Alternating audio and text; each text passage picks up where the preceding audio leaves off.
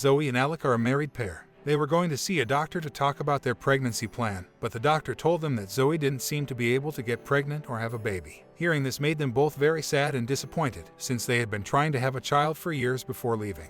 The doctor gave them a brochure about an orphanage. He said that there were a lot of kids out there who didn't have a place to live. After Zoe's friend Sarah got out of the hospital, she went straight to her air house. Today, she found out the result of Zoe's test and suggested that she just adopt a child. Later, when they were eating dinner, Sarah's daughter was sitting right in front of Alex. He looked very sad when he saw the little girl, and before he went to sleep that night, he wished that the small family had a child. Zoe finally told Alec that they were going to adopt a child.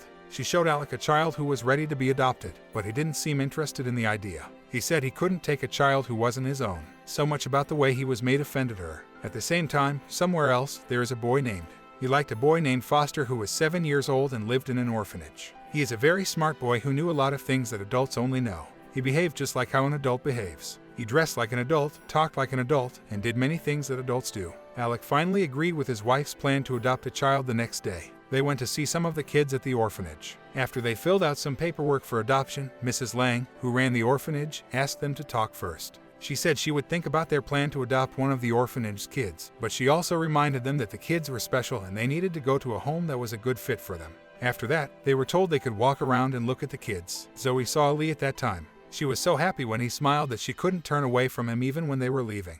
Ali smiled and waved at her from the window. Zoe went to her bookstore after that. She saw her mother sitting with a group of kids and telling them stories. Her mother said that was one way for Zoe to get closer to them, but this hurt her feelings instead of making her happy. She closed the shop and went home right away, not long after they got home. When Zoe opened the door and heard the doorbell, she was shocked. She was very surprised to see Ali standing right in front of her with all of his things. Ali said that Mrs. Lang had sent him there herself. Zoe didn't know what to do because they weren't done with the administration. She didn't say anything because she couldn't. On their first day together, Ali already thought of Zoe's place as his home. He also had a more grown-up attitude than kids her age. Zoe was even more surprised that he liked to watch the news and talk about problems around the world. Zoe liked Ali even though Ali's behavior was strange. Zoe called her husband shortly after and told him what had happened. And, just like Zoe, Alec was surprised that Mrs. Lang sent Ali to their house. So suddenly, not long after Alec got home and took Ali to the orphanage right away, Ali started talking about the recession on the way back to the orphanage. Even though Alec didn't know anything about it, they were surprised by how much Ali knew about things that kids his age wouldn't even understand. When they got to the orphanage, they were shocked to hear that Mrs. Lang had fallen and hit her head, so they couldn't see her right away. Then, they went to Mrs. Lang's assistant and asked about how adoptions are handled and what paperwork is needed. The assistant said that the documents were valid while they were being checked, so they had no choice but to adopt Ali. Since they had taken Ali in, Zoe had grown fond of him. Zoe thought that Alec, her husband, had. He wasn't interested in talking to her. In fact, he went to work earlier than he used to, sometimes even before they ate breakfast. If Ali didn't tell her, Zoe wouldn't even know that her husband had left. It turned out that Alec was having some trouble at work. Alex's toy company was hurt by the global recession. This made it hard for him to find investors for his business. Also, after modern toys came out, his old toys didn't sell as well on the market. Even the banks wouldn't lend him money at that time, which made things harder for him, and all of his workers wanted their pay right away. Alec asked them to be patient because he had been very nice to them up to this point. He said that the company had used all of its savings to pay off its debts. When the employees heard this, they started talking about it at work. Zoe took Ali for a walk in the park somewhere else. Not long after Zoe met a homeless man, Mr. Potts. He told her a date that would be impossible for her to forget, May 15, 2007.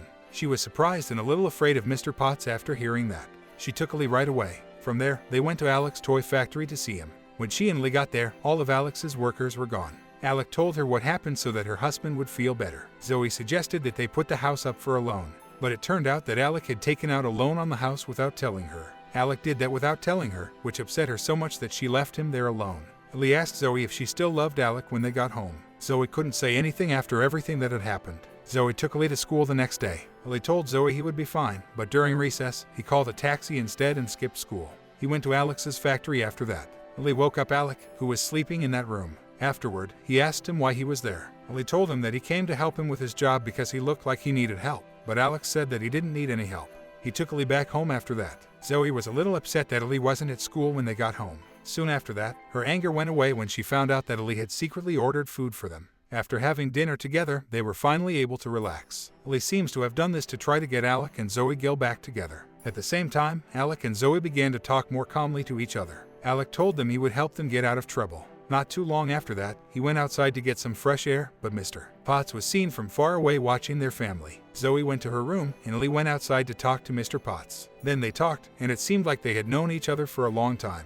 Mr. and Potts told Lee not to be in a hurry. Aside from knowing each other, it seemed like they were both planning something for Alec and Zoe. The next day, Alec's company's investor, Mr. John, came to the factory to meet him and ask him to sell the factory. However, it seemed like Alec couldn't just agree because the company was his father's legacy. If he decided to sell the company, his father would be very upset. Alec, who was upset, went straight to his father's grave to cry and tell him about his problems. Alec was annoyed by Mr. Potts when he first showed up, but it turned out that Mr. Potts was there to teach him something. Mr. Potts told him the old saying, "From the ashes, the roses of success will grow." Alec woke up from his pain when he saw and heard that. Alec went to his friend's house to play squash to relax after he left the graveyard. After that, he went home and met his wife. He asked her to bring Lee to the factory. Zoe was glad to hear this because it meant that Alec was finally starting to like Lee. Lee came to the factory not long after that and played with a toy helicopter. The toy was originally made to move up and down, but Lee found a way to make it move in any direction. He asked Lee how he could do it, and Lee told him that the toy was made to fly in all directions from the start, but the producer turned off the switch on the circuit board by accident, so the toy could only fly up and down. After that, Lee saw a poster for Legoland on the wall. It turned out that Alec really wanted to go there, but he didn't have enough time to go. Lee was getting ready to go somewhere the next day. Lee said that Alec must have forgotten to tell Zoe about his plan when she asked him where he was going. Lee then met Alec, who was sleeping at the factory, and then Zoe, who was carrying some things. Alec and Zoe both thought that Lee had tricked them. After hours of driving, Alec finally figured out that Lee was the one who made them go to Legoland. Lee's plans for Alec and Zoe took Alec by surprise. When they got there, they tried every ride right away. They played with the Lego train and the Lego cart, and they even made Lee a toy license. Faster car than I did. Let's put a picture and everything on it. Lee took them out for ice cream for a while after they had tried all the rides. Lee was able to help them forget about their problems. They had a wonderful time there. Lee's attempt to cheer them up and bring them together was They were surprised to hear the sound of a piano coming from under the stairs the next morning. It turned out that Lee was at the piano that morning. All of a sudden, Lee's play made them think of their own child. Zoe finally started to talk about what they had been hiding all along. Before Lee moved in, they had a son named Samuel who was the same age as Lee. After telling Lee about her son and showing him pictures of him, Zoe took him to a room she wasn't allowed to open because it was filled with her son's memory, which made her feel bad about herself. Before Samuel died 2 years ago, that room was his room. Zoe would always think about the accident that killed her son that day when she looked out the window. As she and Samuel walked down the street, Samuel's ball rolled into the middle of the road. He tried to catch the ball, but a car coming from the other direction hit him and killed him. Since then, Zoe has never been able to forgive herself. After that, they took their son's favorite thing with them to his grave. Alec cried and told Zoe and Lee everything that was hurting him without them knowing. Mr. Potts was there that night, but he was far away. Alec was outside by himself when all of a sudden he saw a bunch of fireflies. He walked towards the firefly, where he saw Mr. Potts sitting on a bench. Same as when they last saw each other, Mr. Potts told Alec. He said that sometimes it would be hard to let go of the past but easy to enjoy life and grab the future. No matter how hard it was, someone had to let go of the past. If you're stuck in the past, you can't enjoy a beautiful future. After hearing this, Alec felt inspired and tried to accept what had happened to him and his wife in the. Alec saw Lee playing with a ska doll he had given to Lee the day before. When Lee put the smaller doll inside the bigger one, he had an idea for how to keep his business going. He went straight to the factory and made something. He also asked Lee what he thought of the design model, which Lee seemed to like.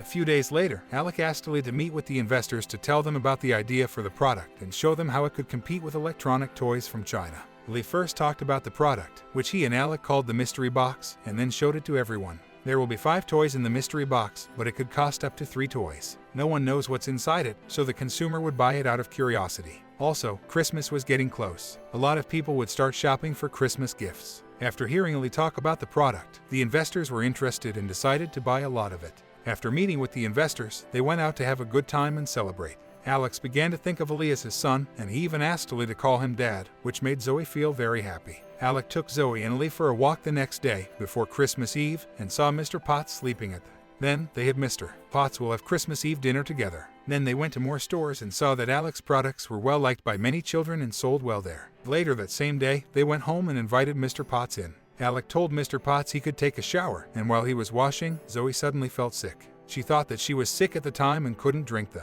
After Mr. Potts was done cleaning himself, Zoe started bringing the dishes, and they all had a good time together on Christmas Eve. Alec and Lee both had fun. Before Mr. Potts left, you had to guess the gift. he got some money from Zoe. She felt bad for him because she thought that Mr. Potts is just a kid who got skinny because of his parents. She then went back to Lily's room and put him to bed. At that time, Lily showed a book on etymology that said Samuel's name meant God has heard. Zoe told him to go to sleep and called him her little angel. Lily asked her, "Do you believe in angels?" Then Zoe went outside to meet her husband. She gave him a gift for Christmas, and when Alec opened it, he found Zoe's pregnancy test results, which showed that Zoe was pregnant. They were happy to see that because they had been waiting for that moment for years, and their hard work had paid off. However, they didn't know how to tell Lee the news without him knowing. When they tried to wake Lee up the next morning, he had already heard everything they had said. They got a call from the orphanage saying that a child named Lee was not there. They also said that the paper with Lee's picture on it was empty. Zoe saw the toy license right away. They printed a while ago, and sure enough, Lee's picture went missing all of a sudden.